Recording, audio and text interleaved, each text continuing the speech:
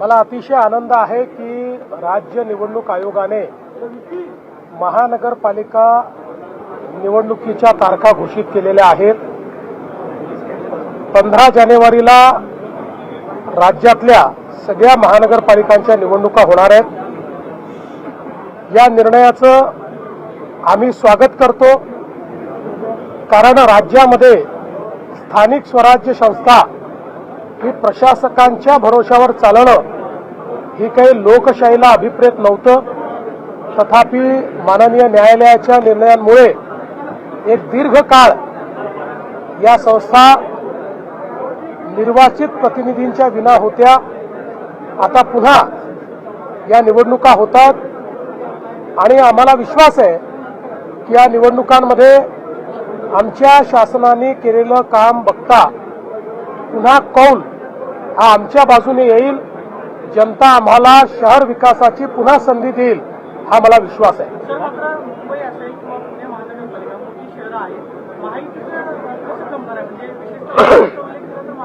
बघा, आम्ही महायुती करण्याचा प्रयत्न करतो।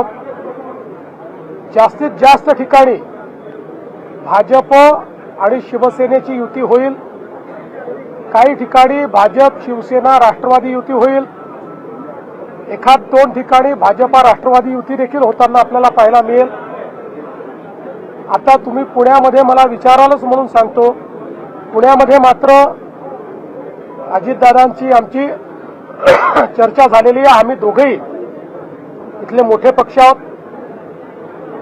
भाजपने 5 वर्ष चांगल्या पद्धतीनं पुण्याचा विकास केलेला आहे, त्यामुळे कदाचित पुण्यामध्ये राष्ट्रवादी काँग्रेस आणि भारतीय जनता पार्टी अमोरासमोर लढताना त्या ठिकाणी पाहायला मिळतील। पण असं असलं तरी ही मैत्रीपूर्ण लढत असेल, याच्यामध्ये कुठेही कटुता नसेल। सर, नागपूर महापालिका आणि इतर दुसरी महापालिका आरक्षणाचा जो मुद्दा आहे त्यावरून देखील निवडणूक आयोगाने भाष्य केले की सुप्रीम कोर्टाच्या आदेशानुसार आरक्षणाचा मुद्दा का करेक्ट आहे।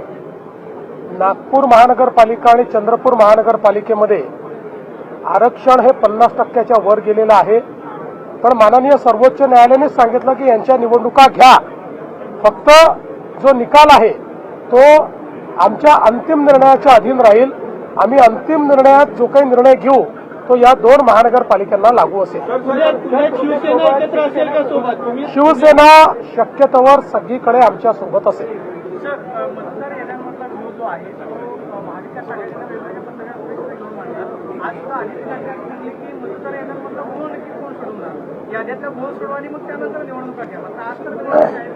असं आहे की याद्यांमध्ये अनेक ठिकाणी घोळ आहे, आम्ही देखील दाखवलेलं, पण त्याकरता निवडणुकाच घ्यायच्या नाहीत असं करता येणार नाही। गेले 20-25 वर्ष जे निवडणुका लढवत आहेत त्यांना माहिती आहे, कमी अधिक प्रमाणात आपल्या याद्यांमध्ये घोळ असतोच। आता जेव्हा SIR सुरू झालाय त्यानंतर कदाचित याद्यांमधला घोळ कमी होईल। पुढच्या काळात तर माझं मत असं आहे की इलेक्शन कमिशनने आपल्या याद्या ब्लॉकचेनमध्ये टाकाव्यात। त्या ब्लॉकचेन पद्धतीनं जर तयार झाल्या तर त्यातला घोळ हा नेहमी करता संपवता येईल। पण त्याकरता माननीय सर्वोच्च न्यायालयाचे आदेश मिळाल्यानंतरही काही ना काही कारण काढून निवडणुका पुढे करा हे योग्य नाही आहे।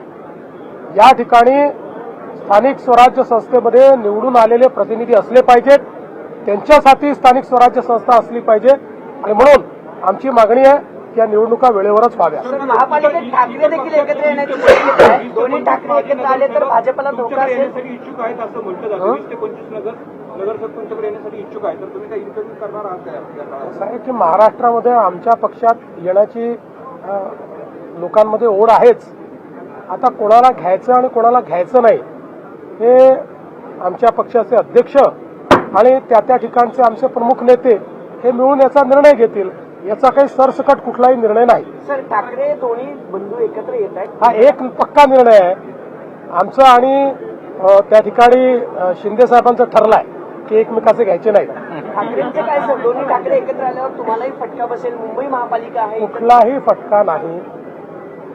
दोन्ही ठाकरे एकत्रित आले तरी नाही आले तरी दोन्ही ठाकरे एकत्रित आल्यानंतर काँग्रेसही त्यांच्यासोबत गेली तरीही मुंबईकर भारतीय जनता पार्टी शिवसेना आमच्या महायुतीलाच निवडून देतील. कारण आमचा कारभार, आम्ही केलेला मुंबईचा विकास आणि मराठी माणसाचं आम्ही जोपासलेलं हित हे सामान्य मुंबईकरांनी पाहिलेलं असल्यामुळे मुंबईकर आमच्यासोबत राहतील. तर पिंपरी चिंचवडमध्ये काय चित्र राहणार आहे? पिंपरी चिंचवडमध्ये दादा, पिंपरी चिंचवडमध्ये 98 दाखले दिले गेल्याची एक आकडेवारी समोर आली. तर तुम्ही म्हटलं तसं पूर्ण छाननी म्हणूनच दाखले दिले. पहिल्यांदा तर आपण एक लक्षात घ्या की 98 दाखले दिले गेले असं आपण सांगतो, पण मागणी पण 500ची झाली आहे. म्हणजे असं नाही आहे की लोक मागणी करतात आणि दाखले मिळत नाही आहेत. जी मागणी आली त्या तुलनेमध्ये सगळी त्या ठिकाणची छाननी करून ते दाखले दिले जातात. ही प्रोसेस आहे. त्यामुळे प्रोसेसमध्ये जे बसतात कोणालाही दाखले डिनाय केले जात नाही. सर, पृथ्वीराज चव्हाणांचे वाक्य गेल्या 2 दिवसांपासून चर्चेमध्ये आहे. दिल्लीमध्ये काय घडणार आहे किंवा पंतप्रधान बदलले जाऊ शकतात. धनंजय माडिक असं म्हटलं की दिल्लीमध्ये काहीतरी घडतंय, मात्र इथेपर्यंत मराठी अमेरिकेत घडणाऱ्या घडामोडी दाखवलेल्या आहेत. आतापर्यंत वेगवेगळ्या नेत्यांना साक्षात्कार होत होते, स्वप्न पडत होती, भविष्यवाणी ते करत होते, हे आम्ही बघितलेलं आहे. पण पृथ्वीराज बाबांसारखा ज्येष्ठ नेता जे महाराष्ट्राचे मुख्यमंत्री राहिले, पीएमओचे मंत्री राहिले, त्यांनाही असे साक्षात्कार व्हायला लागले तर मात्र निश्चितपणे मला असं वाटतं की त्याच्यामध्ये काहीतरी थोडं काळबेर आहे.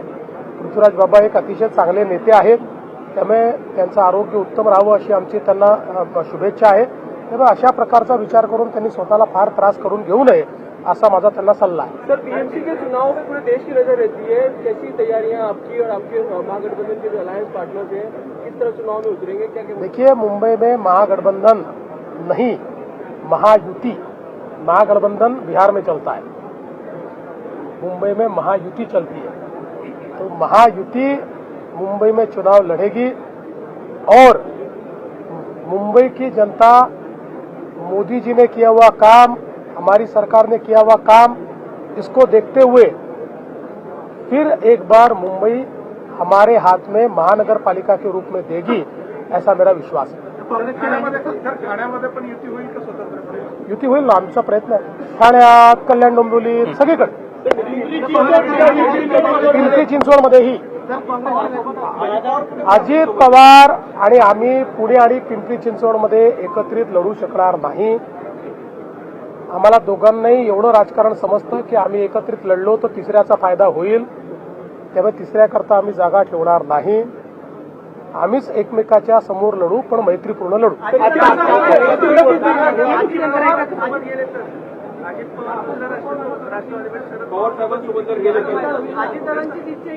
अरे बाबा, तुम्ही अजितदादांना विचारा, हा प्रश्न मला का विचारता?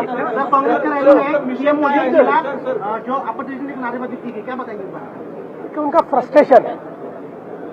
जब जनता उनको स्वीकारती नहीं है, जब कांग्रेस को एक ऐसा नेता मिला है जो मैदान छोड़ के भाग जाता है और विदेशों में घूमते रहता है, जब एक ऐसा नेता मिला है जो हाथ में तो संविधान लेता है लेकिन सारी संविधान विरोधी कृतियां वहां पर करते रहता है, तो ऐसे नेता के कारण उनके कार्यकर्ता भी फ्रस्ट्रेटेड है और ये निराशा में इस प्रकार के मूर्खतापूर्ण नारे लगाते हैं. मैं आपको बहुत स्पष्ट रूप से कहता हूं, वो कुछ भी नारे लगाए, वो कुछ भी सपने देखे, जब तक जनता का आशीर्वाद मोदी जी के पीछे है तब तक मोदी जी का बाल भी वो बाका नहीं कर सकते.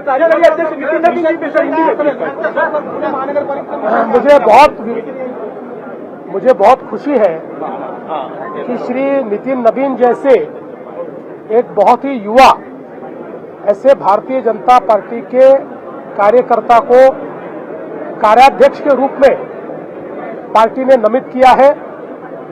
मैं नितिन नवीन जी को बहुत सालों से जानता हूं. विद्यार्थी परिषद में उन्होंने काम किया, भारतीय जनता युवा मोर्चा में उन्होंने काम किया. जिस समय भारतीय जनता युवा मोर्चा में वो महामंत्री हुआ करते थे अखिल भारतीय, उस समय महाराष्ट्र का प्रभार भी उनके पास था.